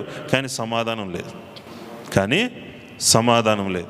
అటువంటి పరిస్థితుల్లో, అటువంటి పరిస్థితి కలిగిన స్థితిలో దేవుడు అతన్ని దర్శించడం జరుగుతుంది. కాబట్టి ఒక చిన్న మాట, ఈ రోజున మనం లోటుతో ఉన్నాము, భయముతో ఉన్నాము, ఇబ్బందితో ఉన్నాము, అయినప్పటికీ దేవుడు మనకు తోడుగా ఉండకపోతే ఇలా ఉండలేం. దేవునికి స్తోత్రం చెప్పండి. హల్లెలూయా. కష్టములో కూడా ఉండనిచ్చేవాడు దేవుడు, బ్రతకనిచ్చేవాడు దేవుడు. అందుకనే మనమున్న లోటులోనే, మనమున్న లేమిలోనే, మనమున్నటువంటి శోధనలోనే, మనకున్న అనారోగ్యంలోనే ప్రభువుని ఏం చేయాలంటే స్తుతించాలి. ప్రతిసారి నేను చెప్పేది ఏంటంటే, ఏదైనా సమస్య వచ్చినా, ప్రభువా ఈ సమస్య వచ్చినందుకు నీకు స్తోత్రాలు, ఈ అనారోగ్యం వచ్చినందుకు నీకు స్తోత్రాలు, లేకపోతే ఈ దెబ్బ తగిలినందుకు నీకు స్తోత్రాలు. లేదు అంటే అన్నీ కూడా మేలు చేసినప్పుడు కాదు, అసలంటూ ఉండగలిగాం కదా, అసలంటూ ఉండనిచ్చాడు ప్రభు. అదే చెప్తున్నాడు. ఈ సందర్భాన్ని మనం బట్టి నేర్చుకోవాల్సింది అదే. మళ్ళీ చదువుతున్నమాట, యెహోవా దూత అతనికి కనబడి పరాక్రమము గల బలాఢ్యుడా, కానీ అతను ఎలా ఉన్నాడు? మస్తకి వృక్షము కింద కూర్చుండెను. ఎక్కడ కూర్చున్నాడు? మస్తకి వృక్షము కింద కూర్చుండెను. పై మాట ఏమున్నదనంటే, వారి దేవతలకు భయపడుకునని మీతో చెప్తుంది కానీ మీరు నా మాట వినకపోతే. పోయిన వారం చూసాం మనం. అంటే భయపడే పరిస్థితి. అక్కడ దేవత ఉంది, దానికో గజగజలు ఆడిపోయేవాళ్ళు. అటువంటి భయాందోళనలో ఉన్నప్పుడు, దిగజారిపోయిన స్థితిలో ఉన్నప్పుడు దేవుడు అతన్ని దర్శిస్తూ ఉన్నారు. కాబట్టి కష్టంలో ఉన్నా, శ్రమలో ఉన్నా సరే దేవుడు మనకు తోడుగా ఉంటాడు. కానీ అతను అనుకుంటున్నాడు, నేను ఇలాంటి వాడిని, నా పరిస్థితి ఇది. కానీ దేవుడు చెప్తున్నాడు, నీ సామర్థ్యం నీకు తెలియదని చెప్తా ఉన్నాడు. ఈ మాటకు అర్థం ఏంటి? నీ సామర్థ్యము నీకు తెలియటం లేదు. నువ్వు పరాక్రమము కలిగిన బలాఢ్యుడివి.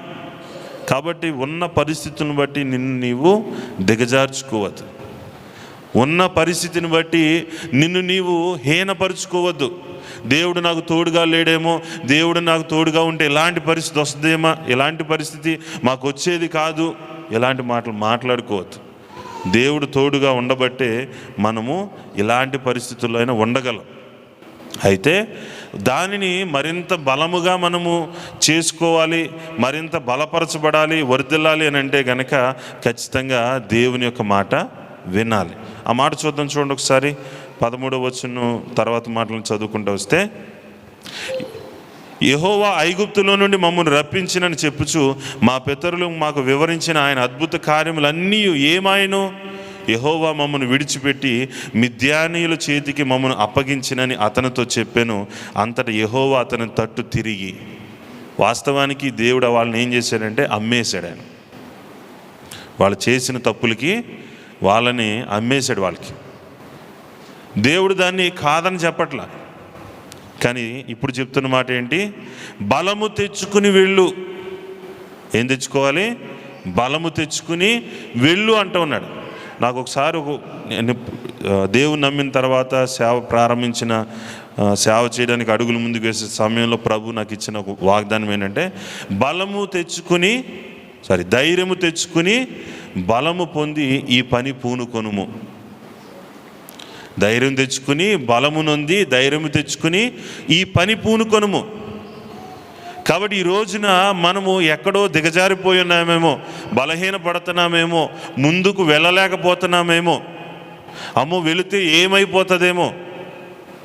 ఒకటి, ధైర్యం తెచ్చుకో. రెండోది, బలము పొందుకో. బలం లేకుండా ధైర్యం ఉందంటే కుదురుతుందా? బలం లేకుండా ధైర్యం ఉంటే హాస్పిటల్లో కూర్చున్నట్టు ఉంటుంది. నాకు చాలా ధైర్యం ఉందని చెప్పుకోవడానికే బాగుంటుంది, మంచం దిగి రాలేదు. కాబట్టి ధైర్యం ఉండాలి, బలం ఉండాలి. కాబట్టి ఇక్కడ ఏమని చెప్తున్నానంటే, బలము తెచ్చుకుని వెళ్ళి మిద్యానీయుల చేతిలో నుండి ఇజ్రాయేలును రక్షింపుము, నిన్ను పంపిన వాడిని నేనే అని చెప్పగా. కాబట్టి దేవుడు చెబితే ముందుకు వెళ్ళండి, దేవుడు చెప్పకపోతే సైలెంట్ కూర్చోండి. నాకు బలం ఉంది, నాకు ధైర్యం ఉందని చెప్పి ప్రదర్శనలు చేయొద్దు. అట్టర్ బ్లాబ్ అయిపోతాయి. ఏమైపోతాయి? అట్టర్ బ్లాబ్ అయిపోతాయి. దేవునికి లోబడి దేవుడు పంపేంత వరకు దేవుని చిత్తమా కాదా అని పరీక్షించి చేయండి. మన జీవితంలో ప్రతిదీ దేవుని యొక్క అనుమతితోనే చేయాలి. ఎందుకంటే ఆయన మనకు తండ్రి, ఆయన మన యజమాని. తండ్రికి తెలియకుండా, ఇంటి పెద్దకు తెలియకుండా అన్నీ చేస్తాము, ఇంటి యజమానికి తెలియకుండా చేయకూడదు కదా. బాధ్యతలు ఇవ్వబడితే అది వేరే, బాధ్యత ఎవరికి ఉంటుందో వాళ్ళకి తెలియకుండా ఏది వాళ్ళ అనుమతి లేకుండా మనం చేయడానికి వీల్లేదు. కాబట్టి ఇక్కడ చెప్తున్న, బలము తెచ్చుకుని వెళ్ళి మిద్యానీయుల చేతులను ఇజ్రాయేలును రక్షించుము, నిన్ను పంపిన వాడ నేనే అని చెప్పగా, అతడు చిత్తము నా ఏలిన వాడ, దేని సహాయము చేత నేను ఇజ్రాయేలును రక్షింపగలను? నా కుటుంబం మనిషే గోత్రములో ఎన్నిక లేనిదే, నా పితరుల కుటుంబములో నేను కనిష్ఠుడినై ఉన్నానని ఆయనతో చెప్పాను. నేను చాలా చిన్నోడిని. ప్రభు అంటున్నారు, నేను నీకు అందుకు యెహోవా, అయినానేమి నేను నీకు తోడయ్యుందును.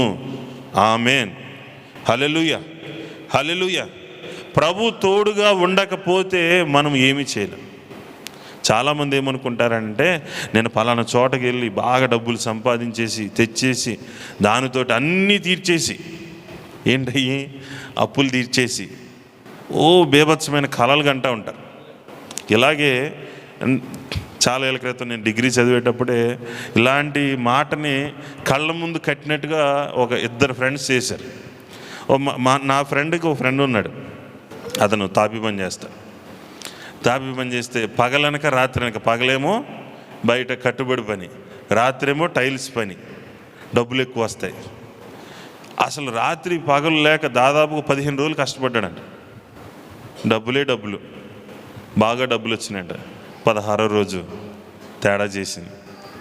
15 రోజులు కష్టపడింది కాస్త అనారోగ్యం మింగేసిందంట. ఏం లేదు, విశ్రాంతి లేక డబ్బు కోసం ప్రాకులాడి వెంపర్లాడి కష్టపడి, అతని ఉద్దేశం ఏంటంటే డబ్బు కావాలి, డబ్బు ఎంజాయ్మెంట్ చేయడానికి డబ్బు కావాలి. మనకి బలం ఉంది కదా, ఓపిక ఉంది కదా అని అంటే, అతను రోజుకి దరిదాపున 13 గంటలు 15 గంటలు పనిచేశాడు. చేయగలిగాడు, చేసేసాడు కూడా. కానీ బలము ఏమైపోయింది? అక్కడికి రాలేదు, అంతా పోయింది. అందుకనే దేవుని చిత్తం ఉంటే ఇది అది చేతుమని మనం అనుకోవాలి. యాకోబు రాసిన పత్రికలో అదే మాట ఉంటుంది. దేవుని చిత్తమైతే ఇది అది చేతము. దేవుని చిత్తము తెలియనంత వరకు ఈ గిద్యోను భయపడుతూనే ఉన్నాడు, బలహీనుడిగానే ఉన్నాడు, మౌనంగానే ఉన్నాడు, కష్టములోనే తృప్తి చెందుతూనే ఉన్నాడు, కష్టములోనే అతను వేదన పడుతూనే ఉన్నాడు. ఎప్పుడైతే దేవుడు అనుమతినిచ్చాడో, దేవుని యొక్క అనుమతిని పొందుకుంటూ ఉన్నాడో, అతను బలం నొందుతూ ఉన్నాడు. అయితే ఇక్కడ అంటూ ఉన్నాడు, నన్ను ఎవడు పట్టించుకుంటాడు, నా స్థితి ఏంటి, నేను చిన్నవాడినే. కానీ ప్రభు అంటున్నాడు, అయినానేమి నేను నీకు తోడయ్యుందును, కనుక నువ్వేదైనా చేయగలవు. కాబట్టి ఇక్కడ ఈ వ్యక్తి అంటున్నాడు, నేను ఆయనను ముఖ దర్శనము చేశాను, ఆయన నేను చూచాను. కాబట్టి ఇక్కడ మాట వింటూ ఉన్నాడు. మాట వినటం వలన ఏం జరుగుతుంది? ఆయన చిత్తం చేయడానికి ప్రయత్నం చేయడం వలన సమాధానం ఉంటుంది. కాబట్టి దేవుని చూచిన వాళ్ళుగా మనం ఉందాం, ఇక్కడ దేవునితో సహవాసం చేసిన వాళ్ళుగా ఉందాం. అందుకని తర్వాత ఈ సాక్ష్యం అంతా ఉంటుంది. అతను వెళ్ళొద్దు అని చెప్పి అక్కడ ఉండి గబగబా వెళ్ళి ఆ యొక్క భక్ష్యాలన్నీ తీసుకుని వచ్చి, ఆ బలులన్నీ తీసుకొచ్చి అక్కడ దేవునికి వందనాలు చెల్లిస్తారు. కాబట్టి ఒకే ఒక మాట, ఇవన్నీ వివరించుకుని చాలా సమయం పడుతుంది. కాబట్టి ఒకే ఒక మాట, ఆయనను నేను ముఖాముఖిగా నేను చూచి ఏం పొందుకున్నాడు? సమాధానాన్ని పొందుకున్నాడు. ప్రభు చెప్తున్నారు, నీకు సమాధానం అని చెప్తున్నారు. నీకు సమాధానము, నువ్వు భయపడద్దు, నువ్వు చావవు, ధైర్యముగా ఉండు. కాబట్టి ప్రభు యొక్క ముఖ దర్శనమును ఇలా చేయగలుగుతున్నామా? మనం ఇలా చేసి ప్రభు ద్వారా సమాధానమని మన హృదయంలో పొందుకోగలుగుతున్నామా? సమాధానం మన హృదయంలో ఉంటుంది, మన లోపల ఉంటుంది. అది ఉన్నప్పుడు ఆలోచన బాగుంటుంది, మాట బాగుంటుంది, అన్నీ బాగుంటాయి. ఆ సమాధానం లేకపోతే, తొందరపాటు వస్తే అన్నీ కూడా మారిపోతాయి. రెండవ ఉదాహరణ, ఇద్దరే వ్యక్తులు మీతో పంచుకోవాలని అయితే నేను ప్రేరేపణ కలిగి ఉన్నాను, ఇంకెవరి గురించి కాదు.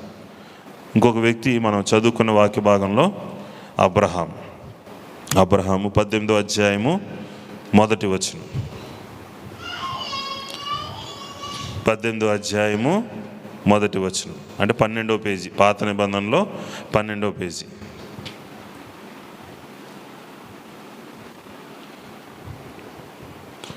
ఇప్పుడు ఒక మాట అడుగుతాను, గిద్యోను హృదయశుద్ధి కలిగి ఉన్నాడా లేదా?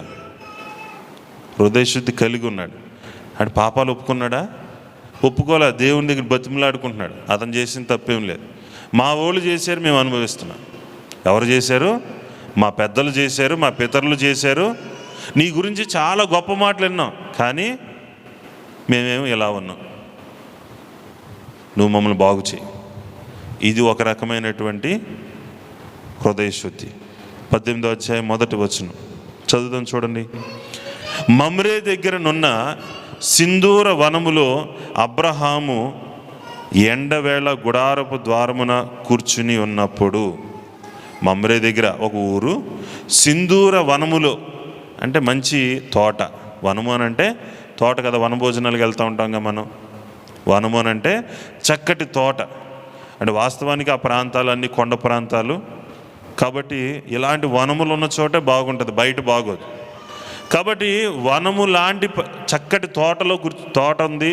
ఆ తోటలో అన్నీ కూడా తన ముందున్నాయి, అన్నీ పరిచినట్టుగా ఉన్నాయి. గుడారం వేసుకున్నాడు. ఆ గుడారపు ద్వారం దగ్గర ఎలా కూర్చున్నాడు? ప్రశాంతంగా, పీస్ఫుల్గా కూర్చున్నాడు. కూర్చున్నప్పుడు ఏం చేశాడంట? గుడారపు ద్వారమందు కూర్చుని ఉన్నప్పుడు యెహోవా అతనికి కనబడెను. హల్లెలూయా. యెహోవా అతనికి కనబడెను. ఇప్పుడు మనం కూడా ఇంటి దగ్గర అలా కూర్చుంటే ఎవరు కనబడతారు మనకి? కళ్ళ ముందు నక్షత్రాలు కనబడుతూ ఉంటాయి. పట్టపగల నక్షత్రాలు, ఎందుకంటే కొంచెం తోలుతూ ఉంటాం కదా. ఎండవేళ గుడారపు ద్వారం ఉందండి, బాగా ఎండ వచ్చిందంటే మనం ఏం చేస్తాం? ఇంట్లో ఉండి రెస్ట్ తీసుకోవడానికి ప్రయత్నం చేస్తాం. ఇక్కడున్న ప్రశ్న ఏంటంటే, అబ్రహాము ఏం చేశాడంట? కూర్చుని ఉన్నప్పుడు యెహోవా అతనికి కనబడెను. అతడు కన్నులెత్తి చూచినప్పుడు 3 మనుషులు అతని ఎదుట నిలవబడి ఉండిరి. అతడు వారిని చూచి గుడారపు వాకిటి నుండి వారిని ఎదుర్కొనుటకు పరుగెత్తి నేల మట్టుకు వంగి. సరే, మిగిలినంతా మనకు తెలిసిందే. ప్రార్థనలు ఉన్నాయి, దేవుడు వాళ్ళని దీవించడం, ఇవన్నీ ఉన్నాయి. స్టార్టింగ్లోనే ఆగుదాం, ఎందుకంటే పర్సనల్ ఎక్స్పీరియన్స్ ఒక్కొక్కరిది ఒక్కోలా ఉంటుంది కదా. ఒక్కొక్కరు అవసరతను బట్టి దేవుడు మాట్లాడతాడు. ఇప్పుడు ఇక్కడ ఎప్పుడైతే దేవుడు అతనికి కనబడ్డాడో ఏం చేశాడంట? అతడు కన్నులెత్తి చూచాడట. ఏం చేశాడు అంటే, మామూలుగా ఎండలో ఎలా చూస్తాం? ఇలా చూస్తాం, చిన్నగా చేసి చూస్తాం. కానీ కన్నులు స్పష్టంగా కనబడేలాగా చూచాడు. చూచి ఎక్కడి వరకు వెళ్ళిందంటే ఆ పరిస్థితి వంగి సాగిలపడ్డాడు. అంటే పూర్తిగా నమస్కరిస్తూ ఉన్నాడు, పూర్తిగా లోబడుతూ ఉన్నాడు. దేవుని యొక్క ముఖ దర్శనమును అతను పొందుకున్నప్పుడు అతడు వంగి సాగిలి పడుతూ ఉన్నాడు. సాగిలి పడతాం అంటే మోకరించడం కన్నా గొప్పది. పూర్తిగా నీకే అంకితం, నువ్వే గొప్పవాడువు, నీ దగ్గర నేను దీనుణ్ణి అని ఆయన దగ్గర సాగిలి పట్టు. కాబట్టి దేవుడు మనల్ని దర్శిస్తూ ఉన్నప్పుడు, దేవుని మనం దర్శించినప్పుడు, దేవుని సన్నిధానికి వచ్చినప్పుడు మనం ఇలా సాగిలి పడగలుగుతున్నామా లేదా? లేకపోతే కష్టంగా కూర్చోవాలి కాబట్టి, తప్పదు కాబట్టి వెళ్ళిపోతున్నామా? లేకపోతే వెంటనే మర్చిపోయే వాళ్ళగా ఉన్నామా? వాస్తవానికి దేవుని మందిరానికి వచ్చామనంటే దేవుని దర్శించడానికి వచ్చామని అర్థం.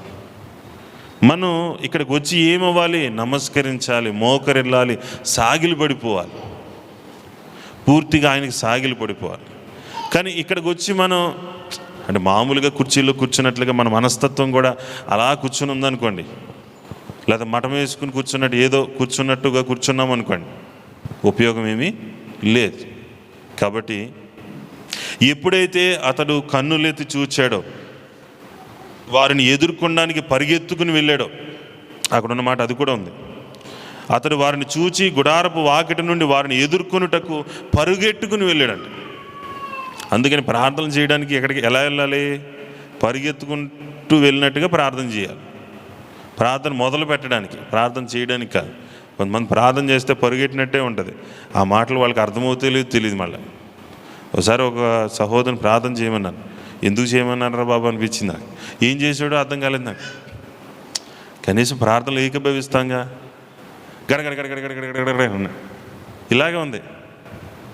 వాళ్ళు నాకు అనిపించింది వాళ్ళు నీకు అర్థమవుతుందా లేదనుకున్నాను నేను. మళ్ళీ అంటే ఫీల్ అవుతాడని ఏం అనలేదు. కాబట్టి జాగ్రత్తగా ఆలోచిద్దాం. ప్రార్థన చేయటానికి, మొదలు పెట్టడానికి పరిగెత్తాలి, దేవునితో మాట్లాడడానికి, దేవుని ఎదుర్కోవడానికి. కాబట్టి ఒకసారి ఆలోచిద్దాం. ఈరోజు ఆదివారం దేవుని మందిరానికి వచ్చాం, దేవుని సంఘంలో ఉన్నాం. మామూలు రోజులైతే ఎక్కడ ఉంటాం? మామూలు రోజుల్లో దేవుని దర్శించడానికి, దేవుని యొక్క ముఖ దర్శనాన్ని పొందుకోవడానికి మన సమయం ఏ టైంలో మనం వెళ్తాం? ఏ టైంలో దేవుని ఎదుర్కొంటాం మనకు ఒక టైం ఉందా? టైం లేనటువంటి ఇండిసిప్లిన్ ఫెలోస్ మనం, క్రమశిక్షణ లేనటువంటి దేవుని పిల్లలమా, లేకపోతే క్రమశిక్షణ కలిగిన దేవుని పిల్లలమా? దేవుణ్ణి ఎదుర్కోవడానికి కూడా క్రమశిక్షణ ఉండాలి, ఒక సమయం ఉండాలి, ఒక పద్ధతి ఉండాలి. దేవుని వెతికి ఆయన సేవించడానికి మనకి సమయం లేదు. ఎప్పుడు పడితే అప్పుడు గాలివాటం అనుకోండి. అందుకని ప్రభు చెప్పాడు, ఇటు గాలికి ఇటు అటు కొట్టబడేలాగా పొట్టులాగా మీరు ఉండద్దు. ఎలా ఉండద్దు? పొట్టులాగా ఉండదు. మీరు చక్కటి విత్తనాల వలె ఉండండి, గింజల వలె ఉండండి. గింజలు ఏమవుతాయి? కింద పడతాయి. అవి నేలకు వెళితే, భూమిలోకి వెళితే ఫలిస్తాయి. ఫలించే వాళ్ళుగా మనం ఉండాలి. కాబట్టి ఈ యొక్క అబ్రహాము ఎండవేళ ఇంటి గుడారపు ద్వారమునొద్ద కూర్చున్నాడు. చక్కటి ప్లెజెంట్ సిచ్యువేషన్లో, మనోహరమైన స్థలములో అతను ఉన్నాడు. కానీ అతన్ని సంతోషపెట్టింది, అతన్ని ఉత్సాహపరిచింది దేవుని యొక్క దర్శనం. కాబట్టి దేవుని యొక్క దర్శనాన్ని చూడడానికి, ఆయన వాక్యమును ధ్యానం చేయడానికి ఎంత పరుగు పెడుతున్నాం? ఆయన సన్నిధానంలో ఆయన దర్శనాన్ని చూడటానికి ఎంతసేపు మోకాళ్ళ మీద కనిపెట్టుకోగలుగుతున్నాం? మోకాళ్ళ మీద ప్రార్థనలో నేను ప్రార్థన చేస్తున్నారంటలా కనిపెట్టుకోగలుగుతున్నా? కాబట్టి ఆలోచించండి, దేవునికి సమయాన్ని ఇవ్వండి. ఎంత ధనికుడు, ఇంత గొప్ప అధికారం కలిగి ఉన్నాడు, అన్నీ ఉన్నా సరే అతను సాగిలు పడుతూ ఉన్నాడు. ఆ మాట చూద్దాం. అతడు కన్నులెత్తి చూచాడంట. వారిని చూచి గుడారపు వాకిటి నుండి వారిని ఎదుర్కొనుటకు పరిగెత్తుకు వెళ్ళి నేల మట్టుకు వంగి, ప్రభువా నీ కటాక్షము నా మీద ఉన్న ఎడల ఇప్పుడు నీ దాసుని దాటిపోవద్దు అంటున్నాడు.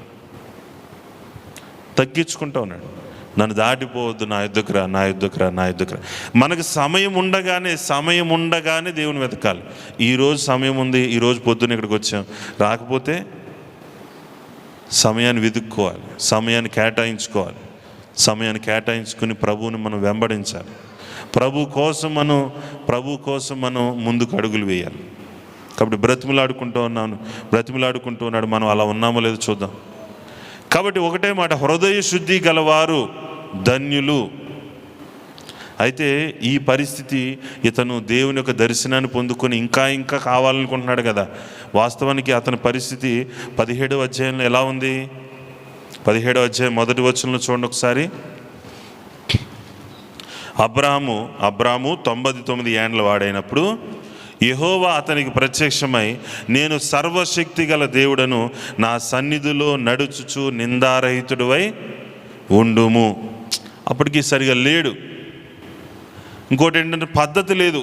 దేవుని మాట ఏదో చెప్తున్నారు, దేవుడు చెప్తున్నాడు, అతనికి అనిపిస్తుంది, వెళ్ళిపోతూ ఉన్నాడు. అయితే అప్పటి నుంచి ప్రభు చెప్పింది ఏంటంటే, నా సన్నిధిలో నడుచుచు నిందారహితుడిగా ఉండు, నీకు గుర్తు ఇస్తున్నాను. ఆ గుర్తు పేరేంటి? సున్నతి చేయటం. ఆ మాట చదవండి ఒకసారి. 10వ వచనం.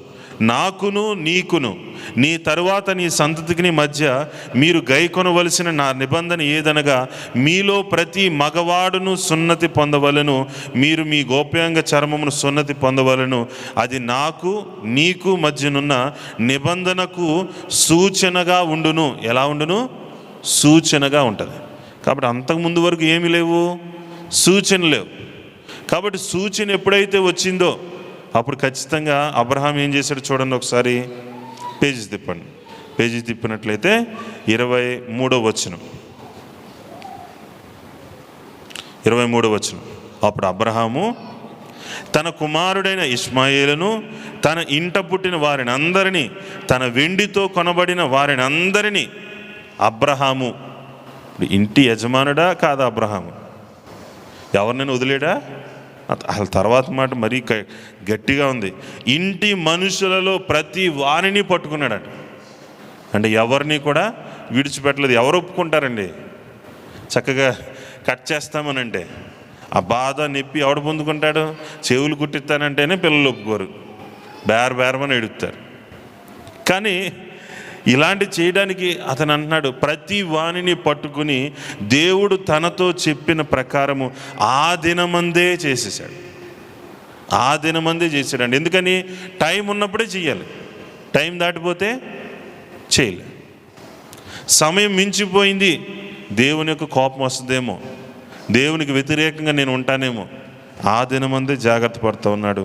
కాబట్టి జాగ్రత్త పడిన తరువాత, అందరూ సున్నతి పొందిన తరువాత, వారి యొక్క బాధలు తీరిపోయిన తర్వాత దేవుడు అతన్ని దర్శించాడు. కాబట్టి మన హృదయం శుద్ధిగా ఉంటే మనము దేవుని యొక్క ముఖ దర్శనాన్ని చూడగలుగుతాం. ఇప్పుడు అబ్రహాం యొక్క హృదయము శుద్ధి చేసుకున్నాడా, చేసుకోలేదా? చేసుకున్నాడు. కాబట్టే దేవుని చూచిన తర్వాత దేవుణ్ణి ఇంకా ఇంకా కావాలని ప్రార్థన చేస్తూ ఉన్నాడు.